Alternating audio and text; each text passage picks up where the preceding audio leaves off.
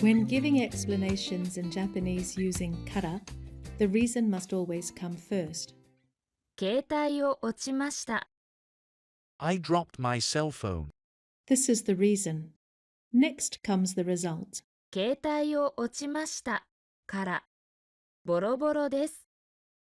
携帯を落ちましたからボロボロです。I dropped my cell phone, so it's wrecked. Here's another example. 日本語が好きです。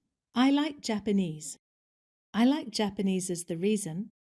What's the result? 日本語が好きですから日本に行きます。日本語が好きですから日本に行きます。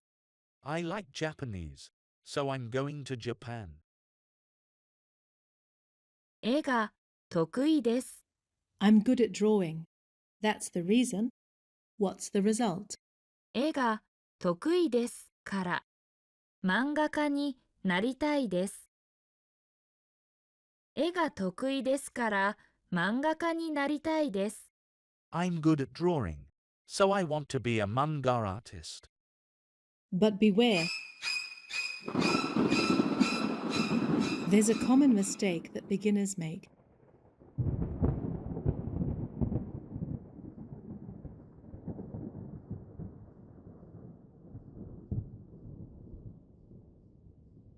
チョコレートが好きですから美味しいです。This person wants to say, I like chocolate because it's delicious. But they've got it the wrong way round. What they've actually said is that chocolate is delicious because they like it, or that because they like chocolate, it's delicious. That just doesn't make sense at all, does it? Now this is a muddle. They've put the result first, followed by the reason. You can put the result first in English when using because, but not in Japanese when using kara. You have to have it in your mind that kara is just the same as so or therefore.